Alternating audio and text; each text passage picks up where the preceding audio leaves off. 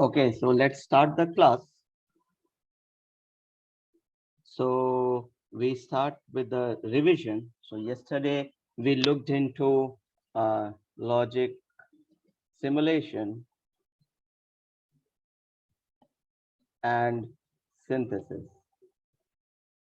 So we first started with various features of what features HDL have and what is special about hardware description language and what distinct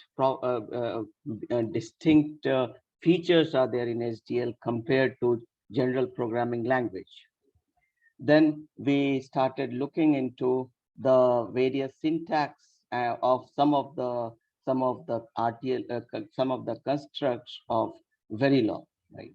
So we looked into various construct, and in this we looked into a few important things, that what is always block, what is initial block, what is blocking assignment, what is non-blocking assignment, what are functions, what are tasks, and similar kind, when should you use register, when should you use wire, and and many other things. We had looked into many of the features of Verilog. Then we looked into the synthesis of various Verilog construct, like when combinational circuit will be inferred, when flip-flops will be inferred, when latches will be inferred. If you want to model a multiplexer, how should you write a code, and for various latches and flip-flops, how do you write the code, right? And we also saw that how or rather that we looked into a general guideline that we should follow, that if we want to model a combinational circuit, we use a blocking assignment, that is this. And if we are trying to model a sequential circuit, for example a shift register, it is better to use this, right? If we use equal to in modeling shift register, then we may not get the required whatever we want, right? And after the synthesis, we looked into that how simulation is actually done. Okay, and simulation, for doing simulation, we need to create test benches, and we looked into an example of how to create a test bench, right? We saw how the test bench is created. And then we saw that what is a race condition in Verilog and when can it occur. And we should avoid race condition, because in this case, if there are races, then the simulation results cannot be relied into, and the synthesis may treat the same construct differently, and what you have actually tested, that will not be actually implemented by the synthesis tool, and therefore these race conditions are very dangerous. And if we follow some guidelines, then we can easily avoid this race condition in most of the cases. Okay. And then we looked into that how simulation is done. It is based on events. So whenever a signal undergoes changes, then there is an update event created. And whenever there is when the update event is created, then we need to do an evaluation event. Our evaluation needs to be done at each of the gate in the fan out or always block, which are actually sensitive to those signals. And this update event and evaluation event goes on and on until the simulation completes, or the time reaches till the end of the simulation. That the sequence of update event and evaluation event goes on, right? And then finally we looked into that how synthesis is done and what are main steps inside the logic synthesis tool, right? So we saw that it does the kind of parsing, then it does an analysis, and then analysis, and it builds some data structure. And after building the data structure, it does some optimizations, and then it translates the RTL code to the structural netlist, which is in the form of a generic netlist.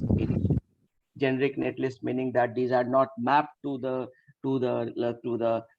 library cells or the cells that are in the lab, right? And then there are some logic optimization steps. And after this is technology independent logic synthesis. And then comes the major step of technology mapping, in which the generic gates are the generic gates are mapped to the cells that are there in the standard cell library. So this is the technology mapping step. And after we have done the technology mapping, then some more timing driven optimization is done. And finally, we get the netlist out of it, right? So this is the implementation aspect. So netlist is there. Today, we'll be looking into the verification aspect, especially timing verification, which is known as static timing analysis. How to verify that the netlist that we have generated, it is meeting our timing requirement. That is what is done by this STA tools, and how is it done, what inputs is required, and other things we'll be looking at that today. Okay. Now, if you have any questions from the previous lecture, please ask.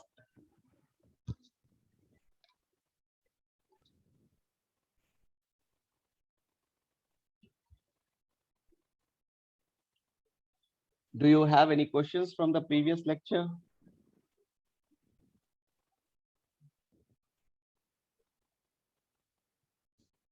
No, sir. Sir, one question is like last session we have been talking about behavioral modeling using Verilog, and we have been considering the aspects of simulator as well, right?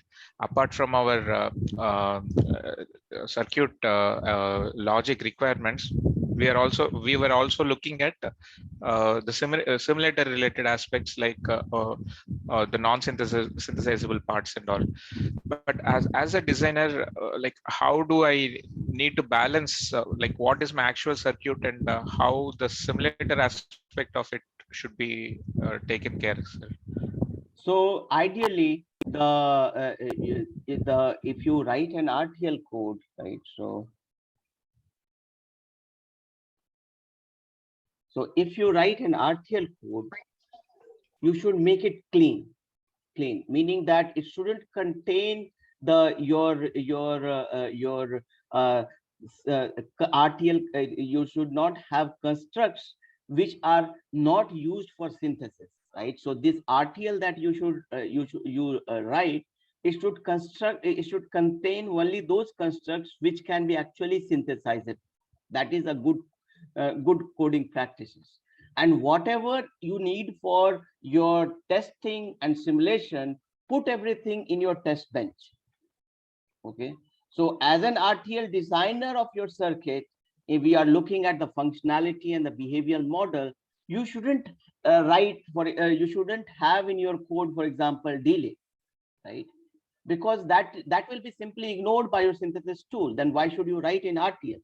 If you want to have delay and other aspect, right, give those things in your test benches, right? How do you want to get delay and other things, right? So your RTL shouldn't contain, for example, your initial statement. You can write it; it is allowed by the syntax. But again, these initial statements are not synthesizable. It is the synthesis tool will ignore it, right? So these initial conditions should actually go into your test benches, right? So you should be clear into that what is my actual circuit and what is my test bench, and you should be doing segregating those kind of, okay? That is a good coding practice. Okay, sir. Actually, there is also the other part of hardware software co-design, right? So for the RTL at the design stage, are there any guidelines to split it based on that design thought, or? So see, the hardware software partitioning, that is done at the system level, okay? At the system level. That is what we have discussed in our first lecture, that we have suppose you have an idea to implement something, and finally you want to get a product out of it, right? So we divide it into multiple parts. From idea to RTL, this part is known as system level design. Okay. Now, when you have an idea, it is at the algorithmic aspect, that what things to be implemented, or what the algorithm should be. What are you trying to do? For example, you are doing a video processing, right? So this is at the system level, you have that idea, right? Now, when you have that at the system level, you do a hardware software partitioning that at the and hardware at that point of time at the system level, you segregate that this portion of my product or my system will be implemented in terms of hardware, right? And this one is should be in your software and so on, right? So it is at that level. Once you have decided that this part should be implemented in hardware, then corresponding to that only you will have an RTL. Okay, so the RTL core contains only the hardware portion of your system. It doesn't contain software part, right? So there is no question of hardware software partitioning at the RTL level. Okay. Okay, sir. I hope you I understand. Yeah. I understand your question. It is clear. It is clear, sir. Okay. So just one other thing is like, if we take a C code, a plain C code, and if we want to compile it using GCC or any other compilers, the end object file would be different based on the compiler, right? More or less, the objective of getting the output is met, but the way it does, and there will be differences in the object code, isn't it, sir? Similarly, like if we take different tools for RTL generation, like is there any common metric that we should be taking care of? Like it should, irrespective of the tool, it should give us the minimum number of gates in the end, or the timings. Yeah. So Which, in your RTL, you have specified your functionality. Okay. Now you have what RTL is. RTL is having is your description of hardware in a high level form, right? So your function is very well defined in the RTL, right? So the first constraint for the tool comes from this function. The tool is not free to generate anything. It is generate as per your functionality. Okay. Now now you have asked a very good question that what is the parallel. So let me give a parallel thing of a C code. Okay. If you have a C code, so in a C code, if you write a for loop, I is equal to 1, 2, 10, for example, right? Then it will be get implemented 10 times, irrespective of compiler, irrespective of architecture, right? On which it is it is compiled, right? So this what this C code is doing, this is very well defined by the language, right?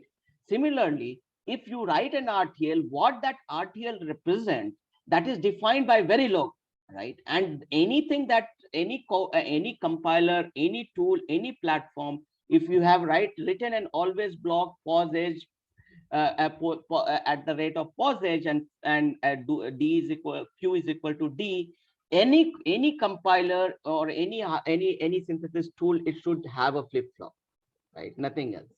So this is very well defined by your by the language, right? So now the question comes that where the freedom is in the C code. The freedom is of, suppose you have an 8086 architecture, or you have some ARM processor, or you have different kind of processor. Then based on different processor, your object file.o will and corresponding machine language code will be different, right? When you compile it, right? And that is what the difference in the platform leads to when you compile a C code, right? For different platforms, you will have different .os and machine language code, right? And it yes, has to be, right? Now, what is the thing in the RTL? In the RTL, the same thing is what is your technology library. Okay. Now, if you have a technology library, right? It has a technology library. Then the instances in this are, for example, AND gate or gate will be will represent one kind of implementation, and the synthesis tool will use these implementation in your final netlist, right? Now, if you change your technology library, you have another library from another vendor. Suppose your technology library first was from TSMC. So it will be mapped to some particular way. Your netlist will be somewhere like this, right? Now, if you map to some other technology library from other vendor, suppose your vendor is some other, for example, Samsung, right? They have also got another foundry. So then the netlist that will be generated will be based on their standard shell, which they have given in their technology library. It is similarly, if your 8086, you have instructions add, multiply. These will be those add and multiply will be used in your .c, sorry, in your .o when you compile. If you're in your ARM processor, you have some other other code, then it will be compiled to different kind of instructions, right? So similarly, depending your technology library, you will get different kind of netlist. Okay. So this is the second aspect, that where the freedom comes. So the freedom comes for different technology libraries in RTL, and freedom comes from different architecture on which you are implementing, in which you are compiling for the C code. Now there is a third degree of thing which you are which is what is known as quality of result. Okay. Now for the same C code, if you compile using, say, GCC, you will get some kind of code, right? And that code may be different from some other compiler. If you take some other, say, for example, you take compiler from Windows or Microsoft, it will produce a different .o, a different executable, and one of them may be better than the other in terms of runtime, memory, and things, right? How these instructions are being mapped and other things, right? Similarly, if you take a synthesis tool from, say, Cadence or Synopsys, the netlist will be quite different, right? But then it is up to the designer to benchmark it, which one is better for you. And to benchmark it, what metrics do you use? We use PPA. That is what I described in the first class. Power, performance, and area, right? Which one is giving you a better, that tool you should use, right? So this is how you can but functionality will be same for all of them, right? Functionality will always be same. And the third thing is the constraint, right? Constraint meaning that at what clock frequency your circuit you want to operate with. So the tool that is meeting your constraint, that is the good tool that you should use, right? So suppose you make your timing requirement very stringent, because you say that my circuit should operate at very high clock frequency, say 4 gigahertz. Then one tool may be able to produce a netlist corresponding to to that, other may not be able to produce. Why? Because the target is very stringent, right? The tool is not equipped to handle that kind of situation, right? So the performance will be different for different kind of the circuit that you generate, right? Okay. Okay, sir. Yeah, got it. Thank you, sir. Any other question?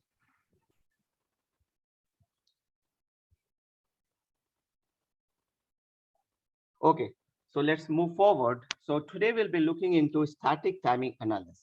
Okay, so this is a verification step, meaning that it is verifying that whether the timing requirements that you have made, the requirements that you want, that is being met by your netlist, right? So this is the static timing analysis is a verification task. It will not make any changes in your design, no design change. It will just check your design, no design changes. It will just check your changes, whether the change, it will just check your netlist and verify that whether your circuit is meeting the timing requirements or not. If it is not meeting, it will report, and then you have to go and then make changes in your design with the help of, again, synthesis tool, which are basically implementation. So usually the verification tool doesn't make changes in the design. Only the implementation tool like synthesis tool or physical design tool, those like tools actually make changes in your design. So if you find that verification is failing, you have to go back to synthesis and then make your corrections, or see that why the timing was not met, and then as a designer you have to fix those. Okay. Now, what does the input what is the input for the synthesis tool? The input is the same as sorry, what is the input for the STA tool? It is same as what you have for the synthesis tool.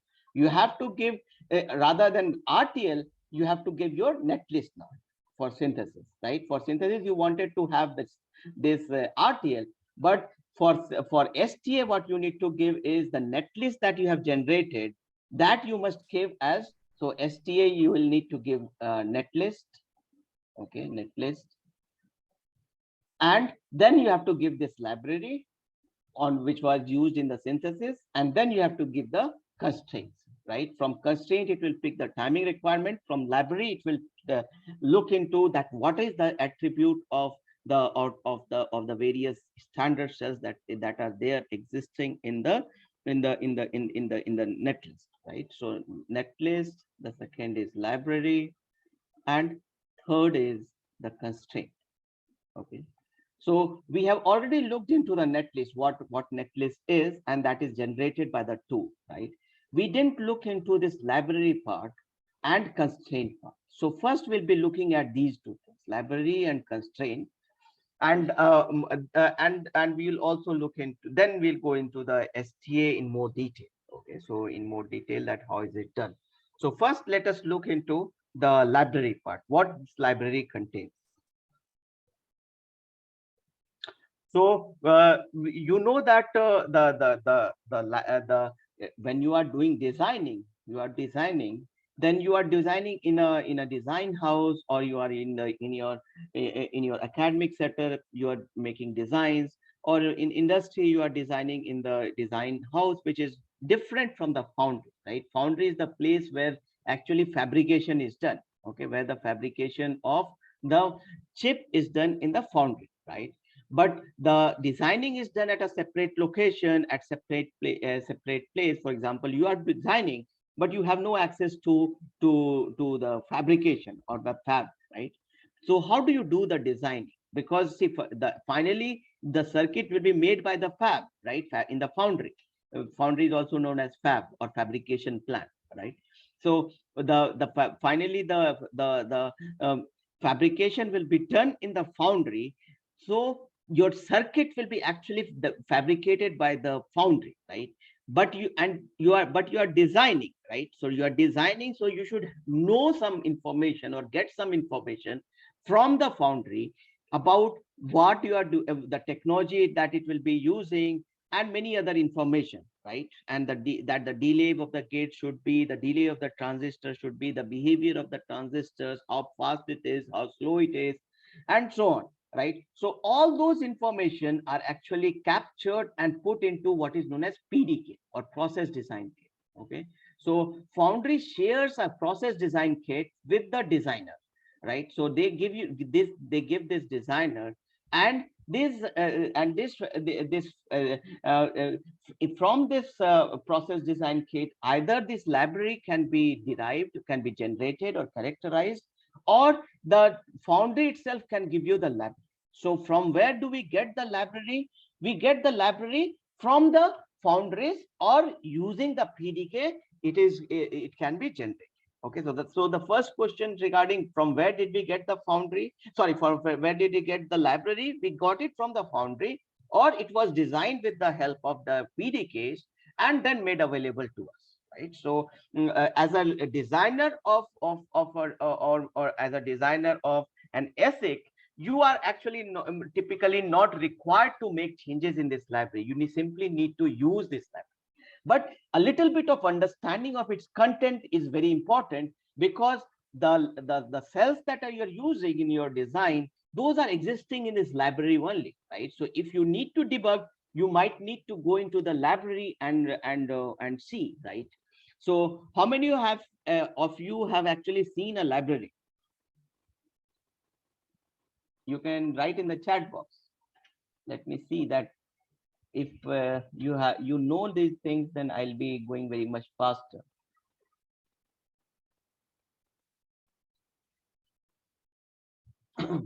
Okay, so not seen. Okay, so is there any participant who has seen a library?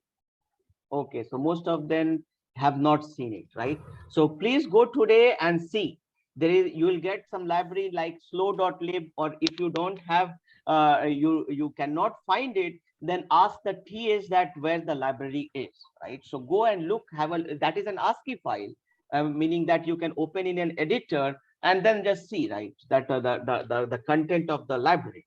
So please go and see the library. Okay, now what does library contains? It contains technology data, right, or like operating condition, process parameters, supply voltage, temperature, which are process parameter P and voltage V and T, temperature. These three things are combined together and are called as PVT. Okay, so the PVT is basically specified in the technology library, that what PVT condition the characterization was done. That means the data that is available in the library, it corresponds to what PVT condition. Okay, and then it contains cells, the cells that you need to use in your design, and each cell contains pins, and inside the cell you also have the functionality, meaning that whether it's an AND gate, OR gate, or so on. And then you will have the timing, power, and many other information. You will have also information about at what voltage it is operating, 1 volt or 1.2 volt or 0.8 volt or so on, right? So that those things are mentioned in the library. So we'll look into these things more closely now. Now libraries typically contain cells with hundreds of different logic functions. Okay, so you will have AND gate with 2 input, 3 input, 4 input, and so on. Similarly, you will have NAND gate, you will have 2 input, 3 input, 4 input, and so on, right? So for various kind of logic functions, you will have many gates. Now, even if you consider an AND gate, you will not have one AND gate of 2 pins. You will have, say, 5 different versions. So what these things are? So you will have, say, for example, and 2, that is of 2 input, of 1x, right? Then you will have and 2 of 2x, and then and 2 of 4x, then and 2 means that it is 2 input AND gate, and then 8x. So what this 1x, 2x, and 4x, this means that these are the size of the cells are increasing, right? So if the timing requirement is not strict, then we can use the smallest size AND gate, right? If the timing requirement is very stringent, then the transistors inside your cells must be bigger, right? It needs to charge and discharge the capacitors very fast, right? And to achieve that, the transistor sizes in the cells needs to be fast. So in that case, probably you will use and 8x and 8x, that is 8 times bigger than 1x, right? So when the library is created, it is not known that where this library will be used, what is for which design it will be used, right? So the library creator may create different kinds of cells and makes it available for the designer, different sizes and other things. And these sizes, different sizes cells, are actually picked by the synthesis tool automatically based on the timing requirement and other constraints that you have given. Okay, so where are these libraries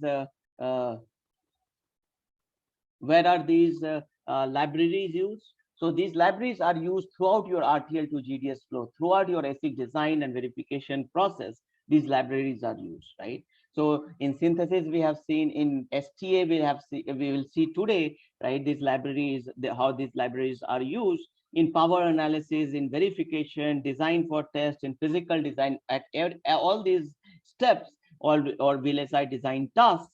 These libraries are used.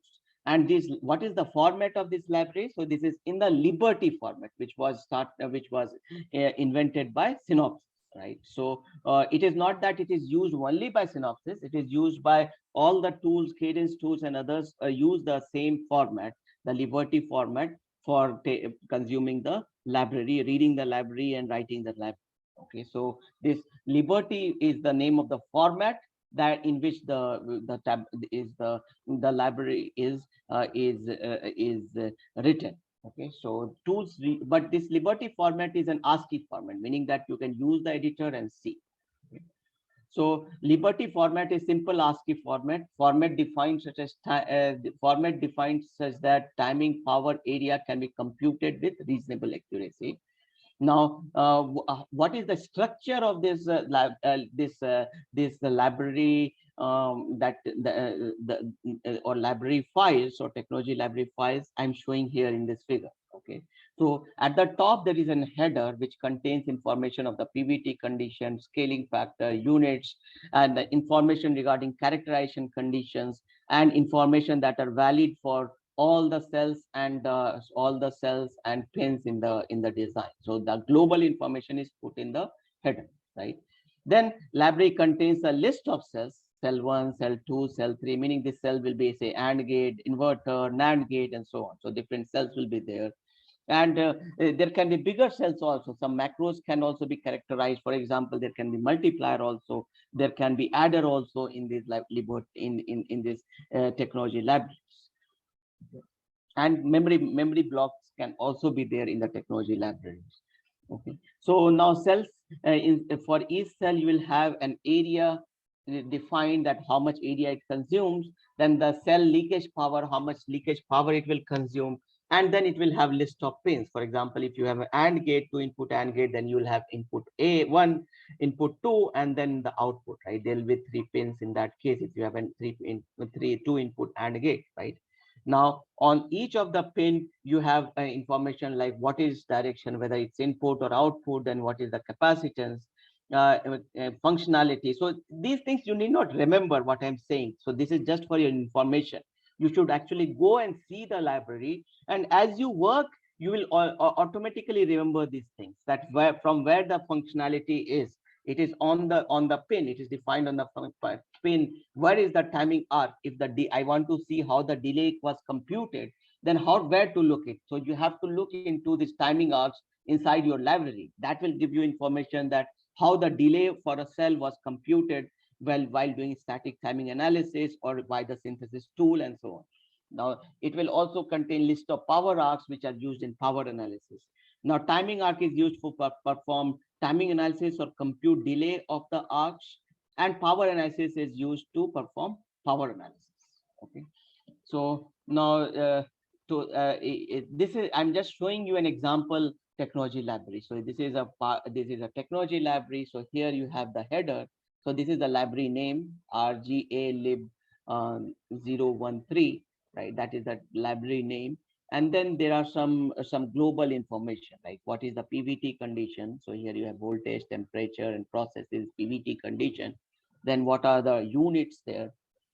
And then operating conditions, what are the operating conditions, and so on. So this is the header.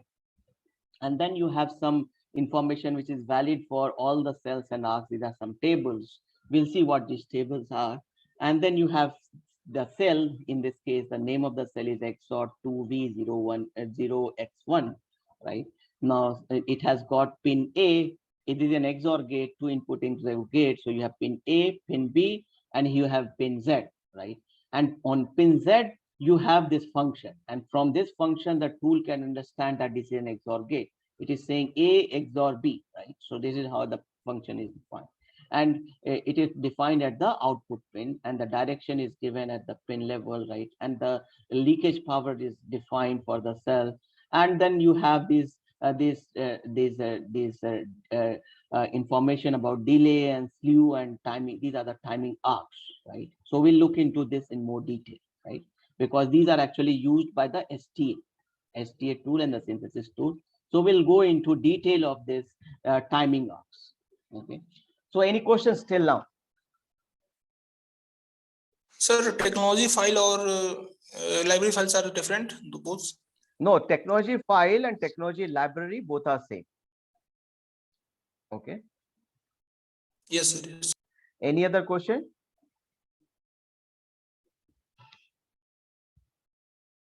What is the role of library file, technology file? Sorry? What is the role of library file? So we saw that when you do synthesis, right? So synthesis actually creates your net list, right? You give an RTL, the synthesis will create a net list. Now net list will be in terms of some logic gates. right? Now that logic gate will be say AND gate, OR gate, and inverter, and so on. Now these logic gates, what is the implementation of those logic gates? So those implementation of logic gates are defined somewhere else, right? Those are defined somewhere else, and then those logic gates, the information about that logic gates, that what is its delay, what is area, what is the leakage power, and other things, those are made available in these technology libraries. Okay, so this contains the information about all the cells that you can use in your design. Okay, so the netlist, the synthesis tool will actually instantiate the cells. These are cells. For example, this is XOR gate. So this is one of the cells. So the synthesis tool will actually instantiate these cells in your netlist, and the information about this cell, that how much area it is taking, what is the leakage power, and how many pins it has, then what is the functionality, what is the delay. So delay and power arcs are there. All those information are captured and put inside your technology library. Okay, so that is what the technology library or technology file is all about. I hope I answered your question. Yes, sir. Okay, any other question?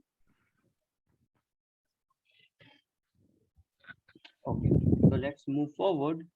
So now, how are these libraries created? Okay, so we said that we will get this library either from Foundry, or we can create it using PDK, right? So now the process of creating this library is known as library characterization. Okay, this is a library characterization. Now, what does library characterization do? So in library characterization, you do basically spice simulations. What you do is that, for example, if you want to have a you want to design an inverter, right? So what you do is that, so this is not as a the library characterization is done once for one library. Okay, so this library characterization need not to be done by the ASIC designer. This is characterization is done either at the Foundry or one who is creating the library, and the library is only created once, and then the same library used by multiple designers, right? So and the one who is creating the library, he will actually design the cells, for example, an inverter, AND gate, NAND gate, and so on. So while creating this, the process of creating this library is known as library characterization. And in library characterization, what is done? It is basically spice simulations are done. Okay, and for example, if you have an inverter, if you are designing an inverter or making an inverter for your library, then you will make a circuit in spice something like this. You will have a PMOS, you will have an NMOS, and you will have connections like this. This will be VDD. So you will make a spice netlist out of it, right? And then using and the information that how this PMOS will behave or how this NMOS will behave, that is contained in your PDK, right? The transistor level description of the transistors and devices, capacitor, resistors, those things are there inside your PDK. And using those PDKs, using those PDKs, you are basically using those PDKs, you are you are extracting various characteristics out of this spice simulation. So you characterize informations like compute various parameters such as voltage, capacitance, delay, slew, power, etc. using this spice simulation.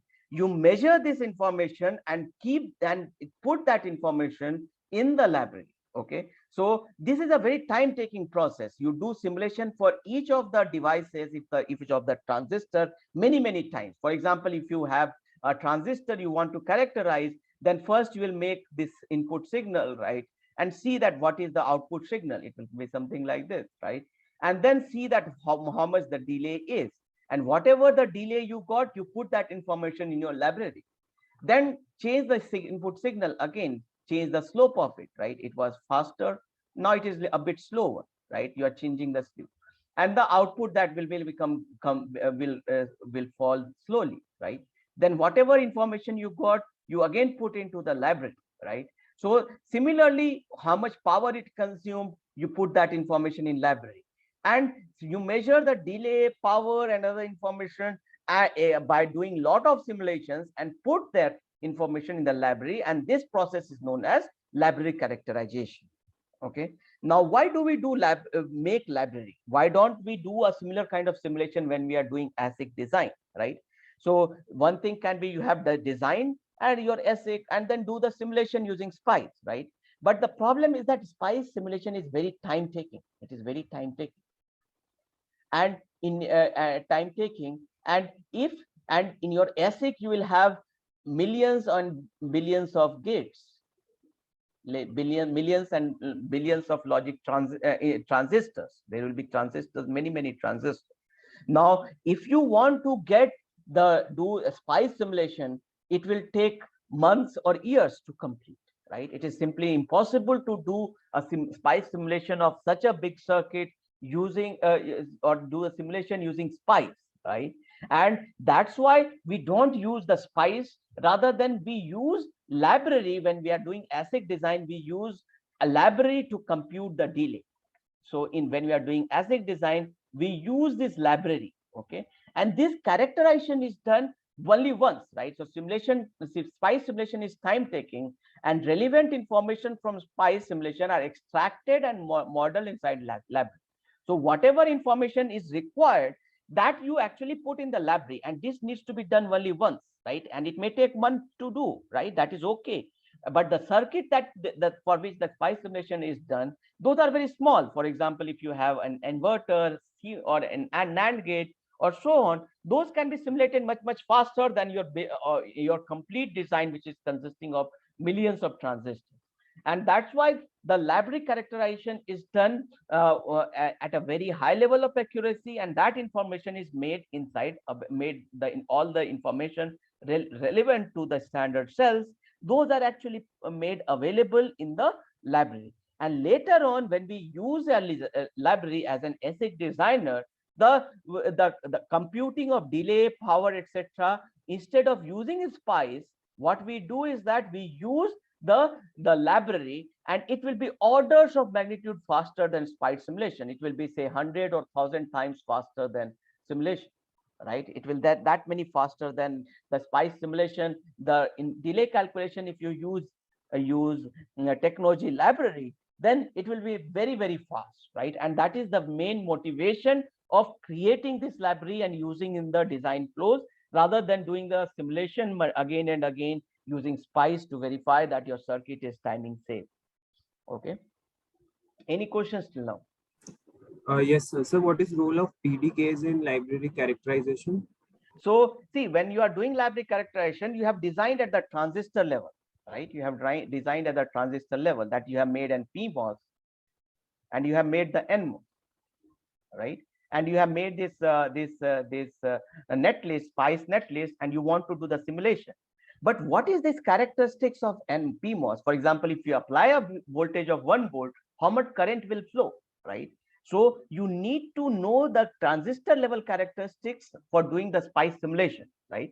And that transistor level models, those are there in the PDKs. Okay, from PDKs, the transistor models for the resistors, capacitors, and those kind of things are picked. Okay, any other question? Yes, sir. One question. I don't know if it is logical, but is there a possibility to force a specific cell from different libraries? Let's say the full adder. If I have a custom cell which is more faster or optimized, as an example, can I use that to force it to take this? Yes, Does it make sense? You can in the RTL where you are writing y is equal to a plus b, you just instantiate that.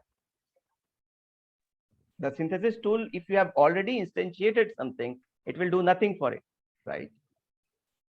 Or there are some options in the tool also. It will say that force this to take this one, right? So you map it to this one, right? See, or most of the time, this kind of things will be done automatically by the tool. You need not to force it. For example, if you have made an adder, okay, suppose you have made a very fast adder. Instead of a ripple adder, you have, say, carry look ahead adder, which is very fast. Then you characterize that information and make a dot lib out of it, right? And when you are giving to the synthesis tool, you are not forced to give only one library. You can give multiple libraries to the tool, and you can give this library in which you have a look ahead adder also is as one of the libraries while doing synthesis. And if the timing of this, the delay of this is better, right? And and then the tool will automatically pick this adder compared to any other adder, or it's synthesizing its own adder by using, say, XOR gate and so on, right? So the synthesis tool most of the time will pick those things on its own. If it is not picking, then there are options in the tool, in industry standard tool, to force that for this kind of operation use this particular type of adder from this library and so on. Okay, if that is also not working, you can always instantiate an adder in your design, right? In an RTL, you can always have some structural netlist. It's not that it has to be completely behavioral. You can mix structural part and behavioral part in your RTL, and the synthesis tool will be able to deal with it. Okay. Okay, sir. Any other question? Okay. So now let's see that how these delays are modeled. These delays are modeled in the inside technology library. So timing arcs are used to model delay, transition, or constraints for combination or sequential circuit in the library. So each timing arc has a start pin and an end pin. Suppose you have an AND gate, right? So for an AND gate, you will have two arcs. One is this one timing arc, that, for example, your signal changes, then output will change, right? It will fall actually, right? And similarly for if you have input, the other input, if it is change, if a transition occurs, then the output will again transition, right? So in the opposite direction. Now, so you have a timing arc between the input A, suppose this is A and this is Z, a timing arc between A and Z, which says that if I make a transition at the input, the output will change. So this is known as a timing arc. So so timing arc is a pair of pin. One is an input pin and the other is the output pin. The start pin represented by the attribute is the related pin. So in this case, you will have information in the technology library that pin Z is there. If use direction is the output, right? So the Z is there, and you will have something, an attribute known as related pin. From this, it will understand that this is a timing arc. It is related to A to Z, right? So this is how it is defined in the technology library. And timing arcs can be of type delay or constraint, setup checks and hold checks, etc. Right? We'll see these both of them. Okay. Now, first, let me describe what actually is the definition of delay, because many a times students don't understand what is delay actually, right? So delay can be defined in many ways. Okay, it can be defined in many ways. One of the widely used way to define a delay is from a fixed threshold at the input and the fixed threshold at the output, right? So suppose you have a CMOS gate, right? CMOS gate, for example, an AND gate, right? So suppose your one input was held at 1 and the other input made a transition from 0 to 1. And as a result of that, the output was initially 0 because in the input was 0, and output will make also transition from 0 to 1. Suppose I'm representing this as your input signal, this one, okay, and this one is your output signal, right? So what is the delay? So delay is that whenever the 50% of VDD is crossed at the input and 50% is of VDD is crossed at the output, the difference in the time, this is taken as your delay. Okay, so intuitively it means that whenever I made a change, after how much time my change is observed at the output. That is what is delay means, right? So the definition of delay, many a times it is based on a 50% threshold, but the library can be characterized for other threshold also, for example 40% or whatever. So whatever the threshold is there, that is actually specified in your technology library, that this delay, this percentage of threshold was used. So what is delay? It quantifies how much time it takes for the change in the input to propagate to the output. It is measured as the time elapsed between the input signal reaching 50%, that is this point, of the supply voltage, and the output signal reaching 50% of the supply voltage. Okay. So it is also called as rise delay. If it was the output was falling, for example, if you take an inverter, then if your input is rising, then the output will fall, right? And in that case, it will be known as fall delay. And this is also known as propagation delay. Okay.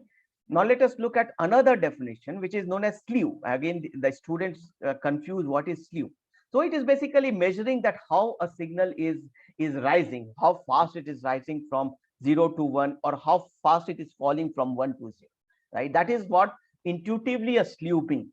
Now it quantifies how steeply or sharply transition occurs from 0 to 1 or 1 to 0. So see, the delay was with respect to two waveform, input waveform and output waveform, right? That was the delay. But slew we can define both for the input waveform and output waveform separately. So it is, so there is a way in which so the slew is for one signal, right? But delay is related to two signals. So that is one important thing that you should understand. That, so how is it measured? How a slew is measured? It is basically the rise. If we consider rise transition, it is time taken for a signal to reach from 10% of VDD to 90% of the VDD. So from this point, that is 10% of your VDD to this much, this is the rise. So sorry, this is the time elapsed between these two. That is, this is the slew. Okay, this is input. Similarly, we can define for the output side. So from 10% to 90%. Now this is known as the output slew. Now in which of this one or this one, which has got a larger slew? Input or output? In this, what I have drawn? Input. Yes, you are correct. So input has a more slew because you have more time here, right? So the time here is bigger than here, right? So this one is having more slew than this, right? So if a signal is rising very, very slowly, then the slew will be larger, input slew will be larger. Or the slew of that signal is larger. Similarly, if the output is rising very, very slowly, then the slew output slew will be much greater, right? So it represents how slow a transition is happening. Now typically it is taken 10% to 90%, and this is known as 10-90 threshold. But in library you can have say 30 to 70 threshold also, or it is then 30-70 means that it is measured from 30% of VDD to 70% of VDD, right?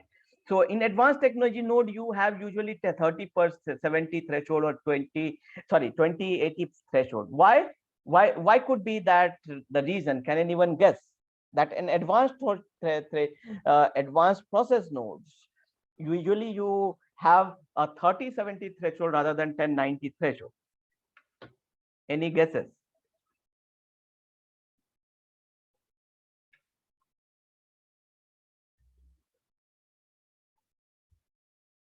Okay, so what happens is that this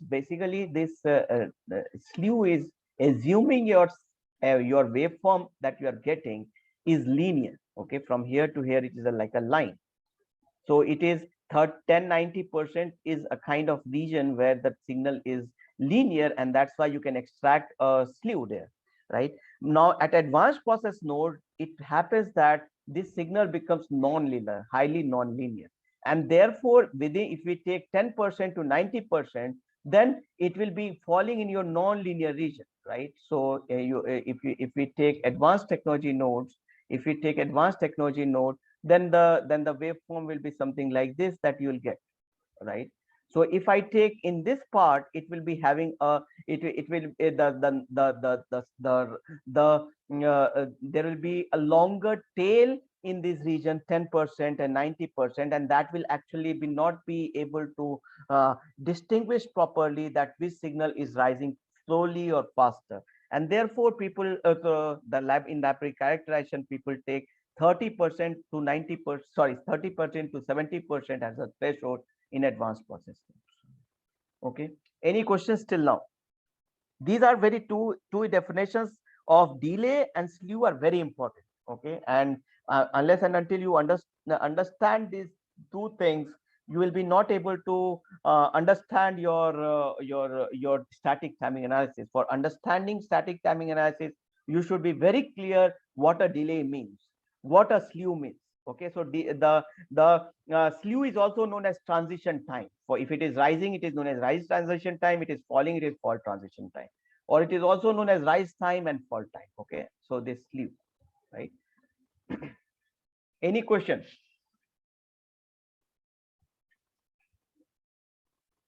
Okay, so now let's look into that, how these are characterized, this information is put into the technology library. Okay, so suppose you have a NAND gate, like NAND gate. Now, on what factor will be the delay and the slew output slew depend upon? So what it is seen is that in general the delay D and the output slew, I'm just giving those symbols, these two, and the output slew, that output slew meaning that how fast a transition is happening at the output, and the delay, this delay and output slew depends on the input slew, meaning that how fast the input slew is, how fast the from 0 to 1, for example, is the transition is happening. If this input slew is very large, then the output slew will be also large, delay will also be large, meaning that if the input signal is rising very, very slowly, right, the output will also rise slowly. If the and vice versa, right? So and the second thing on which the delay and the output slew depends is the output capacitance. If I increase the capacitive load, my delay will increase, my output slew will increase. So in general, this is a non-linear relationship. This is not a linear, it is a non-linear relationship, and we need to capture this non-linear relationship in the technology library. And to capture this, we use tables, two-dimensional tables, which is known as non-linear delay model, So in a library, the delay D and output slew are modeled as two-dimensional discrete point tables, and there are different tables for delay and output slew. For each combination of input slew Sn and output load Cl, the delay D and the output slew S out are defined in the corresponding table. I'll explain what I want to say, right? So intermediate values are typically linearly interpolated from a closed match. Okay, so what happens is that you create a table, a two-dimensional table, right? So on one axis you will have, say, for example, you have two-dimensional table, right? So on the column side you may have slew, right? For a slew of 2 you have something 10, 4, sorry, 10, and then 40, 100. Suppose this is your slew, and on this axis you will have load, right? So in load you will have, say, 2, 10, 50, right? So these are the load, these are the input slew, and for each point you will have delay defined. Okay, you will have delay defined. For example, if 2 is the load, you have the slew as 2, then the delay is, for example, 10. If the load is 2 and slew is increased to 10, then probably the delay will increase to 12, for example. If it is 40, the slew is 40, then and your load is 2, then this is, for example, 20, right? So for each combination of input slew and the load, each combination of input slew and load, you will have different values in your 2D table, right? So you will have 2D table for the delay, and you will have 2D table for the slew, and separately for rise delay, for fall delay, similarly separately for rise transition and fall transition. Okay, so these information are captured in the technology library. So when you go today, and please see the technology library and see these see these this information. So you will have that input net transition is from say 10, 20, 30, and then total output net capacitance is from 1.2, 5.0, 15.0, and 37.5. And then you will have this cell rise, and in this you will have different values for the table. So in this case, you have 3 input slew and 4 output load. So you'll have 3 across 4 table, right? 2-dimensional table. Any questions?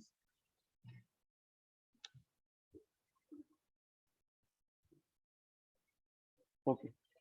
So the other important thing that you should know, the the tool should know about the cell is about the flip-flops. Right now, if you have a flip-flop, there are some constraint on this flip-flop. For example, if you have a clock signal coming at your CP pin, the data shouldn't change within this forbidden window. There is a setup time and there is a hold time, right? So there is a forbidden window. If the data changes within your forbidden window, then the output value Q will be not defined. You will not be whether you cannot be sure whether it is 0 or 1, right? And that is a metastable state or an indeterministic state. Okay. यार इसमें चल ही नहीं रहा है, क्या हो गया पता नहीं। और मगर उसमें यार नेट कनेक्ट नहीं, लड़का भी नहीं। Ahmed, लैब चले जाओ, वहां कोई होता भी नहीं। Ahmed Shaban, can you please switch off your mic? इसमें पहले वो चीज तो करके देखूंगा जो अगला बिना नेट के कनेक्ट होता है कि नहीं। Ahmed, मेरे लैपटॉप पे ही क्या है इसको पासवर्ड कुछ नहीं। ठीक है, मैं ट्राई करके देखूंगा।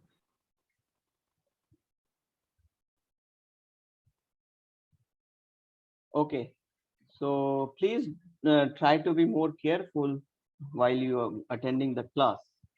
Okay, so the setup time is the minimum amount of time the data signal should be held steady before the clock edge, so that data is sampled correctly deterministically. So suppose you have a clock edge that is shown here, right? There is a clock edge. So there is a time before the clock edge where data shouldn't be changing. So this is known as the setup time, right, for a flip-flop. Similarly, with respect to a clock edge, the data shouldn't change after some time, right, after the clock edge, and that is the hold time, right?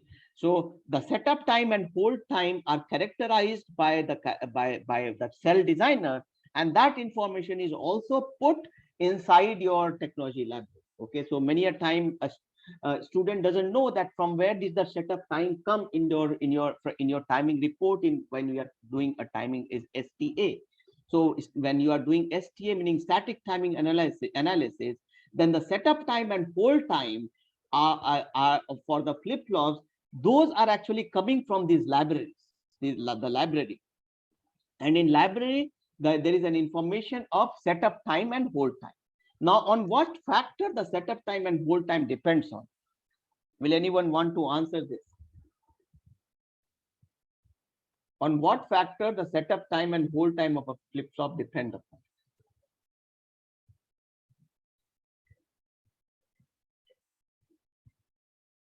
Okay, so let me continue. So in general, the setup and hold time constraints of a given a sequential element depends on two things. How fast the transition is occurring at the data point, that is data slew, the slew of the signal at the data pin D, pin of the sequential element, that how fast it is rising, right? And the second thing is the clock slew, that how fast the clock is transitioning. If the transition is very fast, then the setup time will be lesser. Similarly, if the D pin is transitioning very quickly, then the setup time will be much lesser, right? So the setup time and hold time depends on the data slew and the clock slew. Okay, this is an important concept that you should know. And in the library, similar to the delay, you have setup time and hold time characterized as two-dimensional table. Okay, so in the setup, there are different setup. And so, for example, here you have rise constraint, right? And it is setup rising. So in the library, you will have the setup time defined for the rise case, meaning that what is happening for when the data is D is rising or D is falling and so on.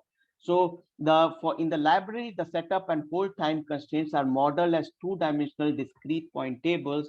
There are different tables for setup and hold. So here I'm showing just for setup. Now for each combination of slew at the data point, right here, how fast it is going, and the slew of the clock signal, that how fast the transition is happening at the clock pin. The setup and hold constraints are defined in the corresponding tables. Okay. Now, if the slew that is there in the circuit, which is slightly different from what there in the library, then it will use a kind of linear interpolation or find a closest match to get the value. Okay. So, any questions till now?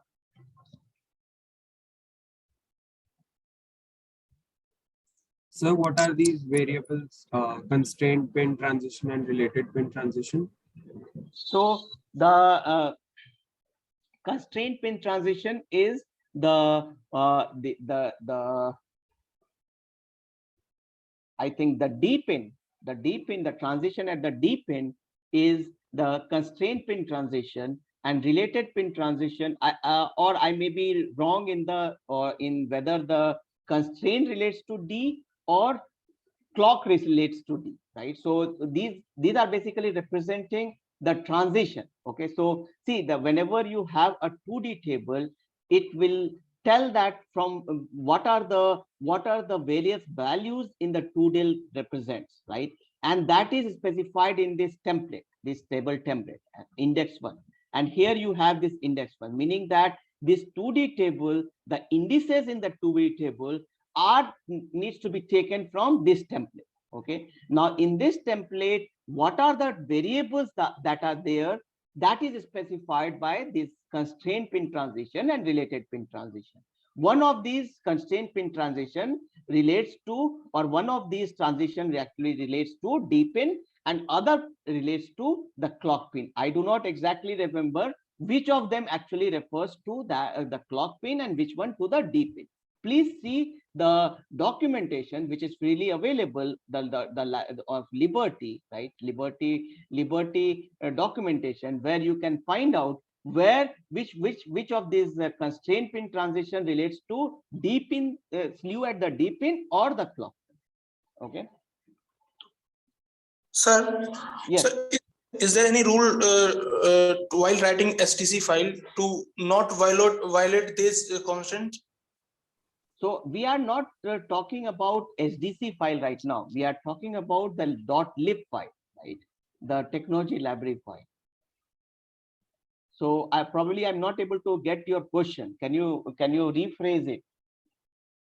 Sir, I mean to say when a designer write .stc file, then is there any rule they don't want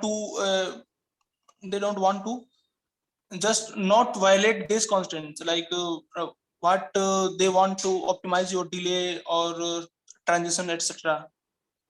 See, in SDC file we will see just today, right? So in SDC file, you give the information that what is your requirement, right? It is up to the tool to fulfill your requirement, right? SDC is a way to convey your requirement, right? It is not for you to make a constraint such that your design is passed, right? That is not the purpose of SDC file. SDC file will tell you the requirement. For example, what is the requirement out of your design? At what clock frequency your circuit should operate? What should be the input delay that will be coming at your in your design, right? So those things are there in the SDC file. We'll look into the SDC file subsequently, okay, in today's lecture. Yes, sir. Yes, sir. Any other question? Okay. So in addition to the delay and the constraint of setup and time as a whole time, there are other information in the .lib file, and that relates to power, that relates to crosstalk, signal integrity, how to do those analysis, now about power and ground information.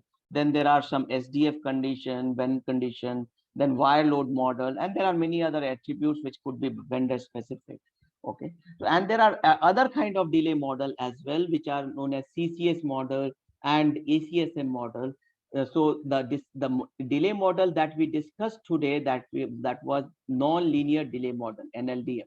Okay, and this is most widely used. Okay, this is most widely used. If more accuracy is required, especially at advanced process nodes, then there are other delay models, for example, CCS and ECSM. Those models are also there in the technology lab. Okay, so if you have questions, I can take this. Otherwise, we take a break of 5 minutes. Okay, is there any question? Okay, so we take a break of 5 minutes. We'll meet again at 10:50. Okay, we'll meet again at 10:50.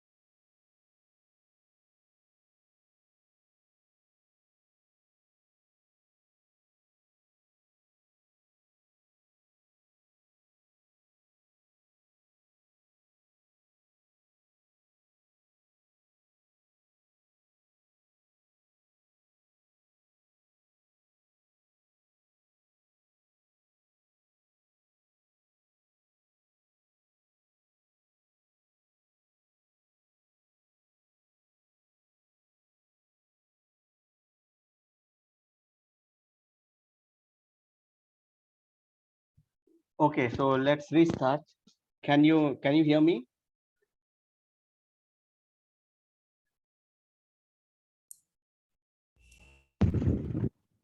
Yes, sir. We can hear you. Okay, so let's continue. Do you have any question from what we have discussed so far? If you have any question, please ask.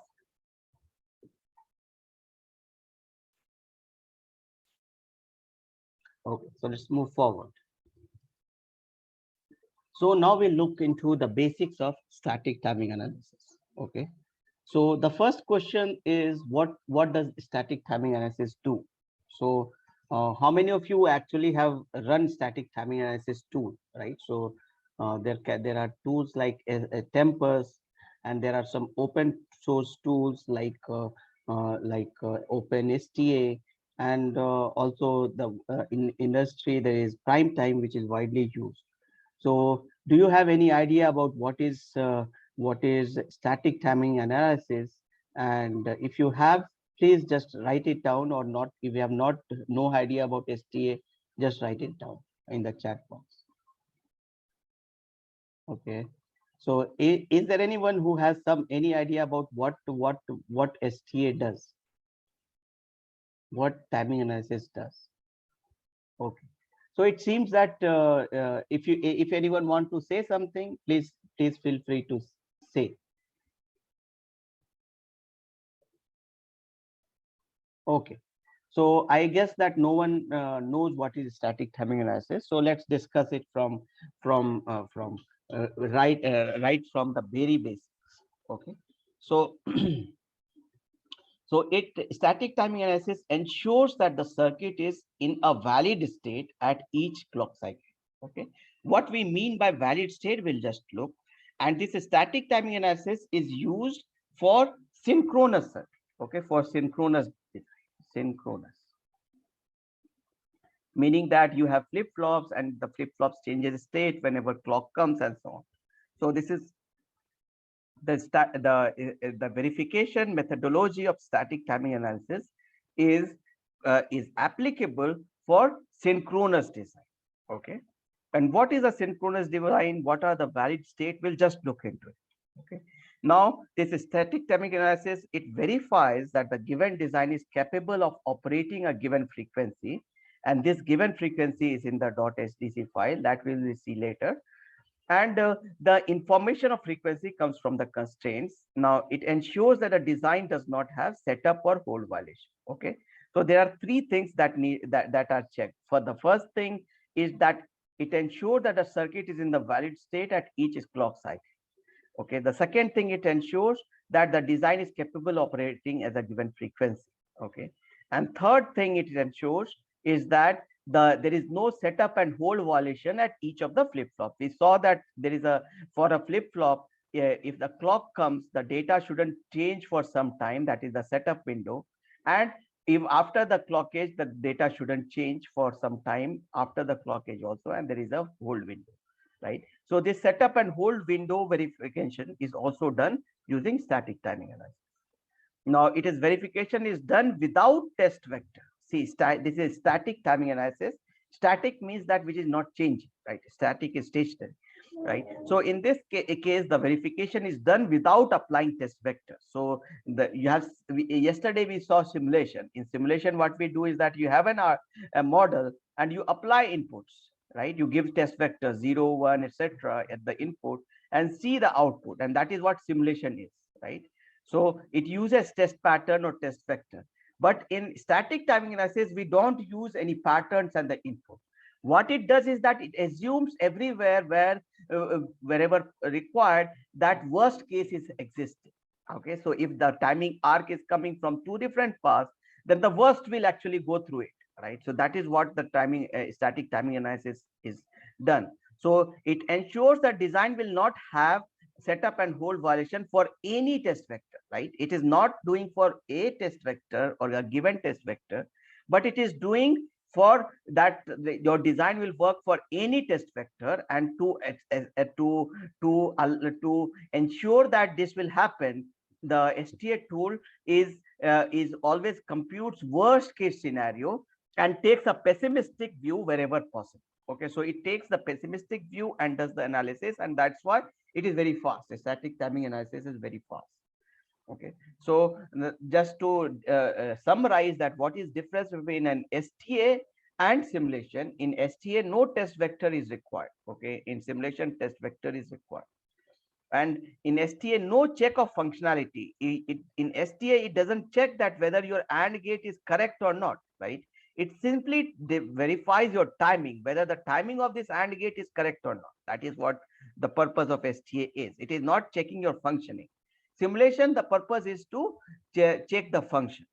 Okay. Now, analysis performed taking a pessimistic view of relays and other attributes of the design, and simulation is done based on the specified test vector. So these are the differences between static timing analysis and simulation. Okay. Any questions? Okay. So now let us see that what is expected of a synchronous design. Okay. Suppose there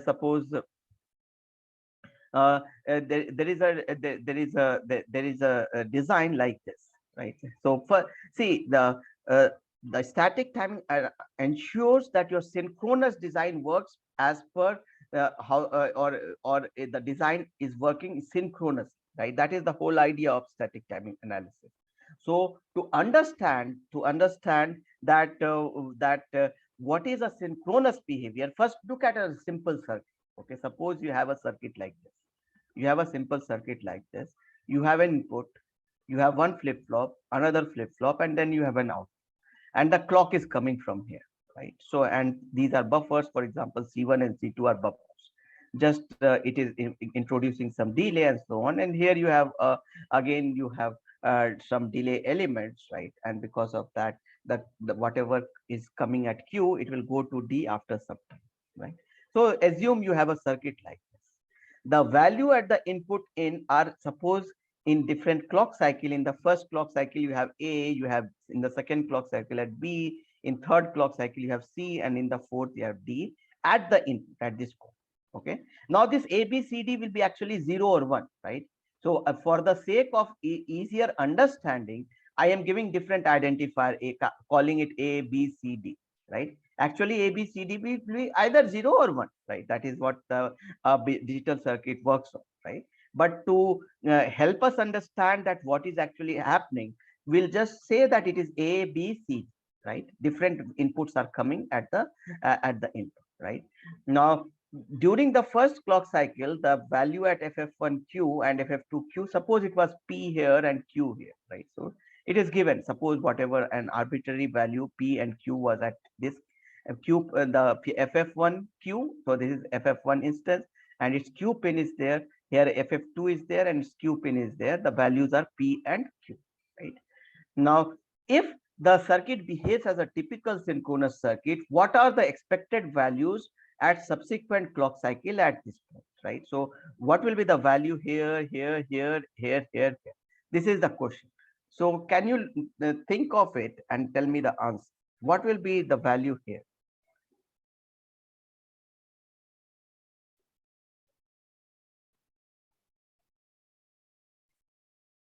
What will you get the value as here at this point? Any answer? A. Right. So whatever was the input, right, it will get sampled in the next clock cycle and you will get at the Q, right? So it will be A will come here, right? You are correct. What will be here? B. Right. This one will come here, right? So it will be B. And what will be here? C, right? So whatever the value is coming here, it will go, whatever value is coming here, in the next clock cycle, it will get sampled here. And that's why you have a delayed value ABC like. Now, what about this Q? What will be the value at this in the next clock cycle? P. It will be P, Right. sir. Right. P will come here, right? Here it will come A, right? And this will come at B, right? So you'll have P, A, B. Okay. So this is the synchronous behavior, right? So whatever is at Q, that will come to Q in the next in FF2 will be in the next clock cycle. That is what is expected of a synchronous circuit. So if you have any doubt, please ask, because if you don't understand this, you will not be able to understand static timing analysis. Sir, explain once more this concept. Okay, so let me explain it again.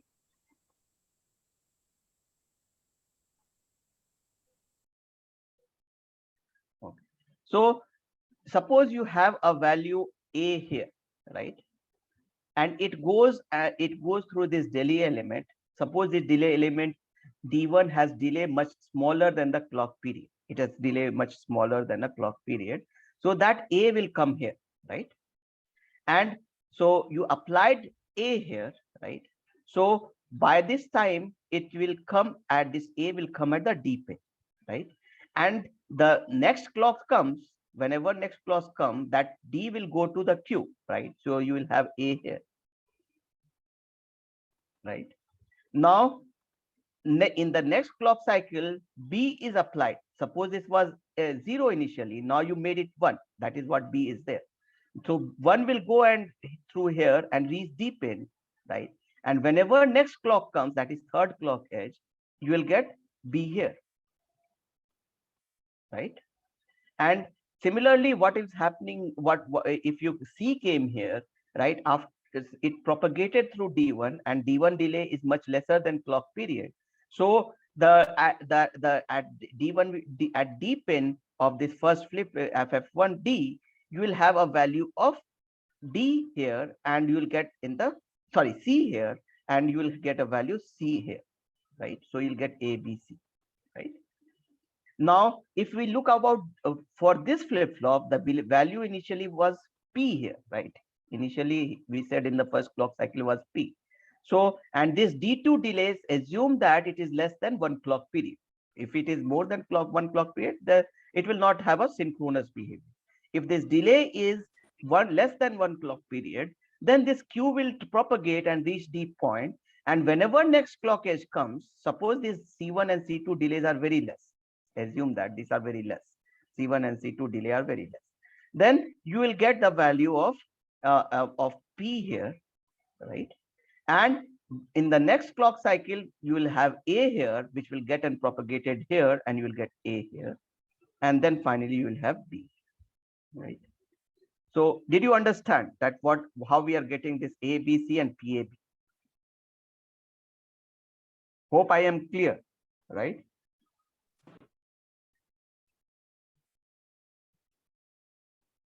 Yes, sir. Okay. So this is the synchronous Yes. behavior. Okay. So you, yes. Yes, sir. Do you still have any question? No, I guess no, right? So let me continue, because this is the basic, very synchronous behavior that you expect in a sequential circuit, right? And this synchronous behavior, STA tool is trying to ensure that this should be the behavior.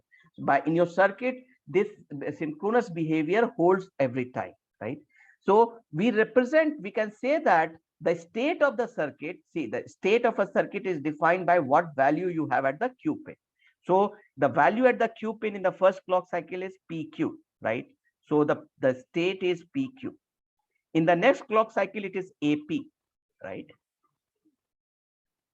A state of a circuit is the combination of values at the Q pin of the flip-flop. That is the definition of state. Based on this definition of state, we can say that in the first clock cycle, the state is PQ, right? Because you have P at FF1Q and Q at FF2Q, right?